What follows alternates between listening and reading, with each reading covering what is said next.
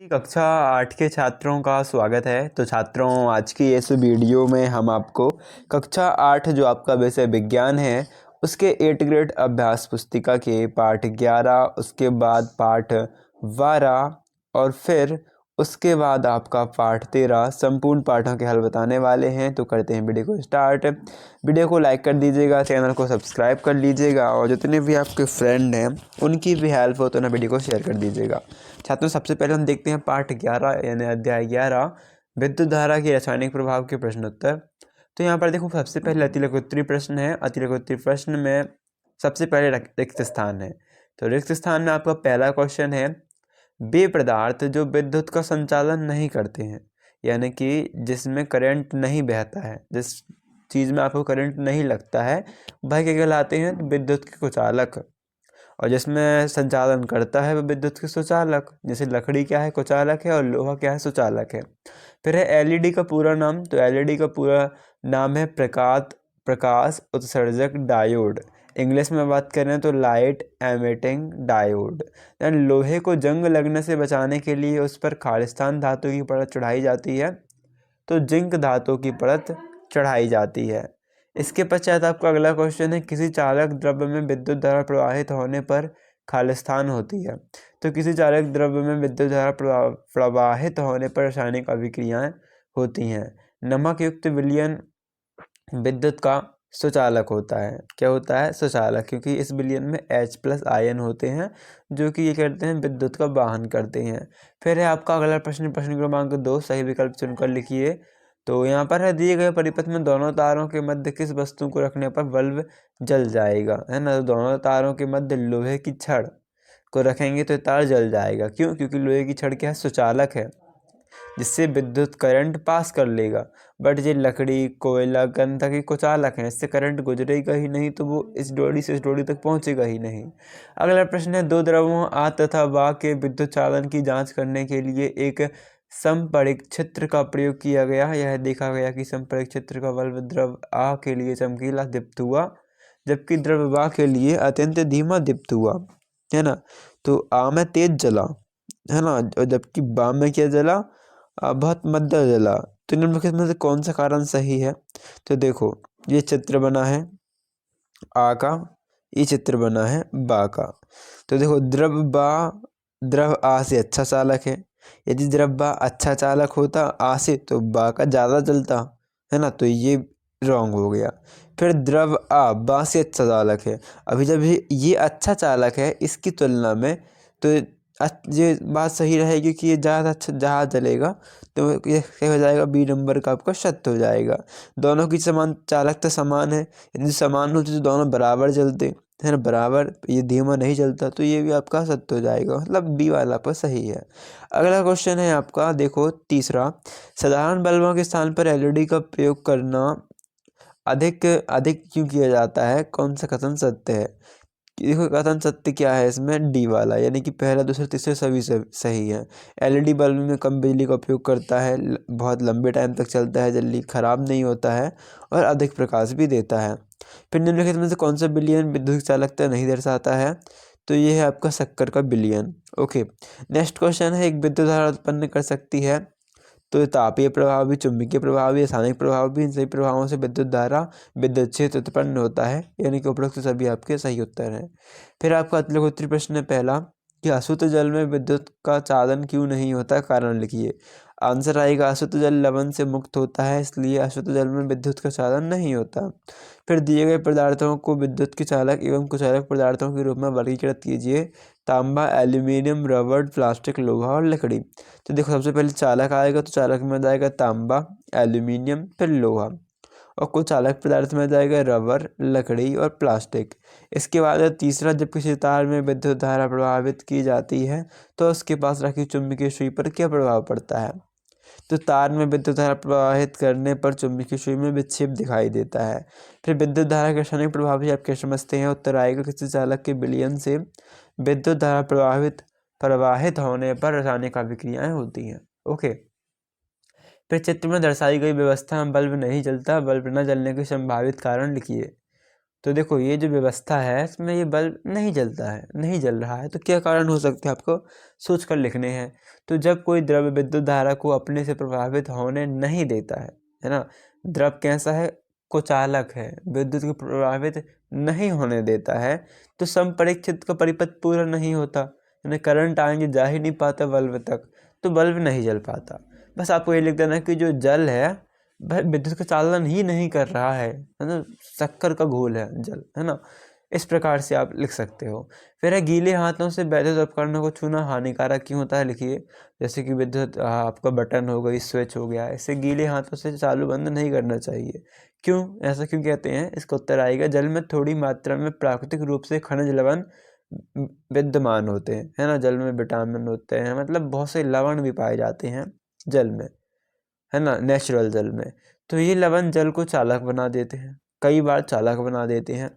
इसलिए विद्युत उपकरणों को गीले हाथों से छूना हानिकारक होता है, क्योंकि करंट आपका फ्लो कर सकता है पानी की सहायता से आप पर। फिर है आपको समुद्री जल एवं आसुत जल दिए गए हैं, इनमें से कौन से जल का उपयोग आप परिपथ में चालक के रूप में करेंगे एवं क्यों। तो देखो हमें समुद्री जल का उपयोग परिपथ चालक के रूप में करेंगे, क्योंकि समुद्री जल कैसा होता है, खारा होता है ना। क्योंकि समुद्री जल में खनिज लवण की मात्रा पर्याप्त होती है, खट्टा होता है इसलिए इसमें खनिज लवण होते हैं और बहुत होते हैं। फिर आपका विद्युत लेपन किसे कहते हैं, दैनिक जीवन में विद्युत लेपन के उपयोगों को सूचीबद्ध कीजिए। तो विद्युत द्वारा धातुओं पर लेपन करने की विधि को विद्युत लेपन कहते हैं। विद्युत लेपन की प्रक्रिया का उपयोग सस्ती धातु पर सोने या चांदी की पतली परत चढ़ाकर आभूषण बनाए जाते हैं। फिर है विद्युत लेपन को दर्शाता हुआ परिपथ क्रियाकलाप द्वारा समझाइए। तो यह है विद्युत लेपन की प्रक्रिया, जिसमें परिपथ में लगभग 15 मिनट तक विद्युत धारा प्रवाहित होने दीजिए। ठीक है, ये परिपथ है, इसमें हमें 15 मिनट तक क्या करना है, विद्युत धारा का फ्लो करना है, करंट को बहाना है। इसके पश्चात अब विलयन से इलेक्ट्रोड हटा लेते हैं। तो इलेक्ट्रोड को क्या करना है, अब हटाना है। अब हम देखते हैं कि धातु की परत चढ़ चुकी होगी। ठीक है, इस प्रकार चित्र आपको बनाना है। इसके पश्चात क्वेश्चन है कि माचिस की खाली डिबिया, विद्युत तार, चुंबकीय सुई एवं बैटरी की सहायता से तैयार परिपथ का आरेख खींचिए। तो माचिस की खाली डिबिया, ठीक है, विद्युत तार, ओके, प्लस माइनस, चुंबकीय सुई, ये नहीं बनी हो तो आपको ये और बनानी पड़ेगी। देखो ये यहाँ पर एक गोला बना लीजिएगा और एक कांटा। इसके पश्चात बैटरी आपकी ये हो गई, है ना, तार ये लगे हैं, बैटरी यह हो गई, खाली डिबिया यह हो गई। ये परिपथ बन के तैयार है, यह आपका चित्र बन जाएगा। यहाँ पर एक और ऐसा गोल बना लीजिएगा और एक सुई बना लीजिएगा, वो चुंबकीय सुई हो जाएगी। फिर सेकेंड क्वेश्चन में आपको बताना है चुंबकीय सुई विक्षेप दर्शाएगी कि नहीं, चालक है कुचालक है। तो नींबू का रस क्या है, सबसे पहले देखो इस खंड को पूरा करो, उसके बाद इस खंड को भरो। कैसे, देखो नींबू का रस, इसमें होता है H+, जो कि विद्युत का चालन करता है, लवण होते हैं नींबू के रस में, है ना, खट्टा मतलब लवण। तो ये सुचालक हुआ। अब इस सुचालक में चुंबकीय सुई हमेशा विक्षेप करेगी और कुचालक होगा तो नहीं करेगी। तो पहले हम इस खंड को भरेंगे, फिर इसके अनुसार इस खंड को। सिरका भी लवण होते हैं तो सुचालक है। दूध, इसमें लवण नहीं होते हैं, खट्टा भी नहीं होता है, कुचालक है, तो इसमें क्या होगा, विक्षेप भी नहीं करेगी। अशुद्ध जल भी प्योर जल होता है, कोई लवण नहीं होता है, कुचालक है और नहीं करेगा विक्षेप। आलू, यह सुचालक है और हाँ विक्षेप करेगा। शहद, यह भी कुचालक है, नहीं करेगा। फिर है हम देखते हैं कुछ द्रव्य विद्युत सुचालक हैं और कुछ कुचालक। वास्तव में विशेष परिस्थिति में अधिकांश पदार्थ विद्युत धारा का चालन कर सकते हैं। यही कारण है कि पदार्थों को चालकों तथा विद्युत विरोधियों के रूप में वर्गीकृत करने की अपेक्षा अच्छे चालकों के रूप में वर्गीकृत करने की अधिक मान्यता दी गई है। प्रोजेक्ट 1 है, इसके बाद छात्रों आपका विद्युत सुचालक एवं कुचालक पदार्थों की पहचान के लिए एक विद्युत परिपथ का निर्माण कीजिए तथा नीचे एक बंद विद्युत परिपथ तथा खुला परिपथ आरेख भी खींचिए। तो आप लिखेंगे विद्युत सुचालक पदार्थ कॉपर, तांबा, चांदी, सोना, कुचालक पदार्थ लकड़ी, कांच, वायु। और विद्युत परिपथ का क्षेत्र आपका पहला जाएगा बंद, दूसरा जाएगा खुला। बंद में क्या है, ये देखो जॉइंट है, खुली में क्या है, ये खुला है। नेक्स्ट क्वेश्चन है आपका साला के में आपका जो कौन कौन से आप बिजली बचा सकते हो, तो ये बताना है आपके लिए। तो एलईडी बल्ब का उपयोग, रेगुलेटर का उपयोग, रोशन घर का निर्माण, सोलर एनर्जी का उपयोग, इन्हें उपयोग करके हम बिजली बिल कम कर सकते हैं। प्रोजेक्ट 2 अपनी साला घर मोहल्ले में ऐसी वस्तुओं की सूची बनाइए जिन पर विद्युत लेपन किया गया हो। उत्तराखंड में विद्युत लेपित वस्तुएं सोने की अंगूठी, सोने की सस्ती अंगूठी, हार, कंगन, आभूषण, कार, स्कूटर, साइकिल, बर्तन आदि।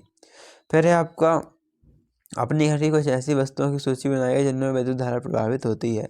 तो बर्तन, लोहे की तार, लोहे की रॉड, चम्मच, तांबा का जग, लोहे की टेबल, पलंग आदि।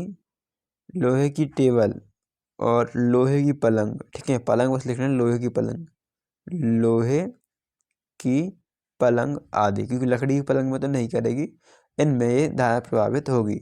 यही आपके छात्रों चैप्टर 11 के संपूर्ण आंसर हो जाएंगे। तो पाठ 11 के पश्चात आपका अध्याय 12 है कुछ प्राकृतिक घटनाएं।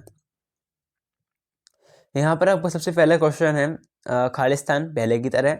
फर्स्ट क्वेश्चन है सजातीय आवेश एक दूसरे को प्रतिकर्षित करते हैं, यानी कि दूर दूर भेजते हैं, है ना। फिर है तड़ित चालक किसी भवन को तड़ित से सुरक्षा प्रदान करता है। फिर पृथ्वी के अचानक कांपने अथवा थरथराने को भूकंप कहते हैं। भूकंप की शक्ति के परिमाण को रिक्टर पैमाने पर व्यक्त किया जाता है ना, व्यक्त किया जाता है मतलब नापा जाता है। फिर कोई वस्तु में आवेश है या नहीं इसकी पहचान के लिए विद्युतदर्शी का उपयोग किया जाता है। अगला क्वेश्चन है सही विकल्प। तो नीचे दिए गए शब्दों की सूची पर विचार कीजिए। भूकंप के कारण हो सकते हैं, तो आवासा, ये तीनों हो सकते हैं। नेक्स्ट क्वेश्चन है निम्नलिखित में से कौन सी घटना भूकंप का कारण बन सकती है। तो ये बनेगी केवल 1, 2 और 3, यानी कि केवल पृथ्वी की प्लेटें खिसकना, ज्वालामुखी का विस्फोट होना, या भूमिगत परमाणु विस्फोट, यानी कि बमबारी होना, परमाणु बम का छूटना, इस प्रकार से। नेक्स्ट क्वेश्चन है मान लीजिए कि आप एक कार में हैं और आंधी से साथ बिजली कड़क रही है। निम्नलिखित में से आपने आपको संभावित नुकसान से बचाने का सबसे अच्छा तरीका है। तो मानो आप एक कार है, कार में आप बैठे हो, ये कार, ये आप, आंधी के साथ ये आंधी आ रही है और ये तूफान भी आ रहा है, बिजली भी कड़क रही है, ठीक है।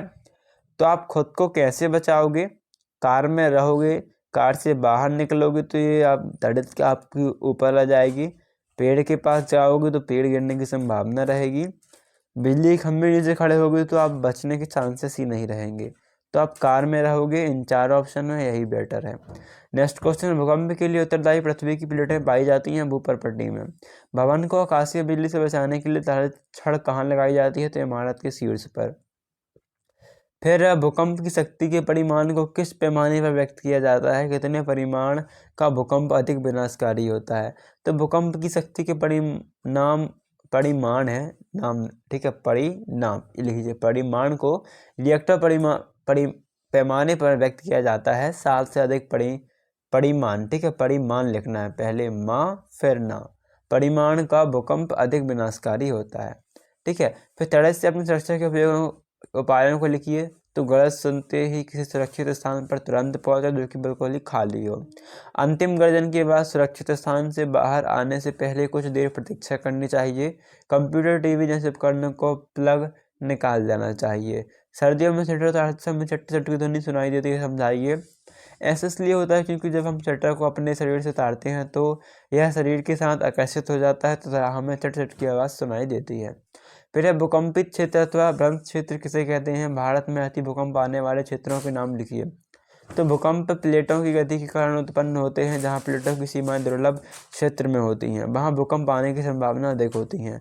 इन दुर्लभ क्षेत्रों को भूकंप क्षेत्र या भ्रंश क्षेत्र कहते हैं।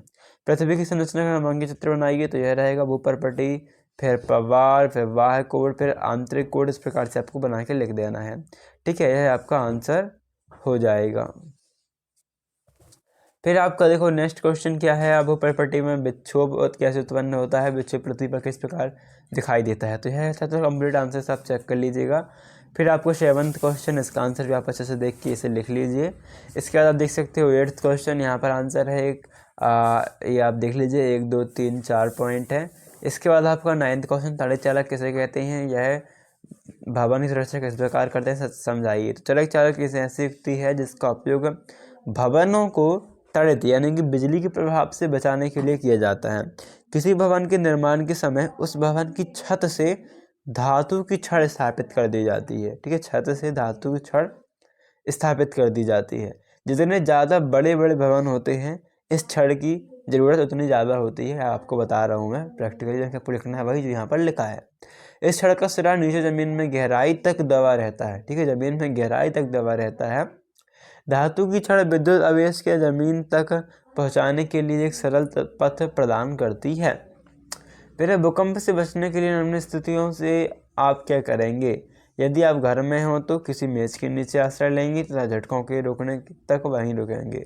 किसी कान ऊंची तथा भारी वस्तु से दूर रहेंगे जो आप पर गिर सकती है।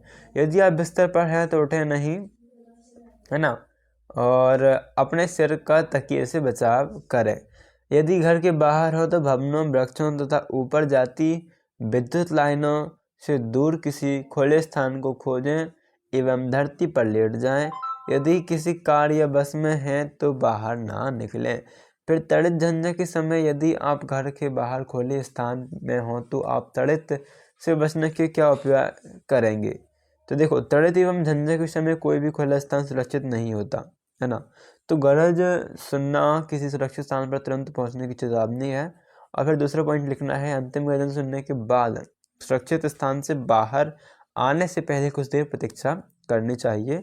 इस प्रकार की जो मतलब सावधानियां हैं यह बरतनी चाहिए।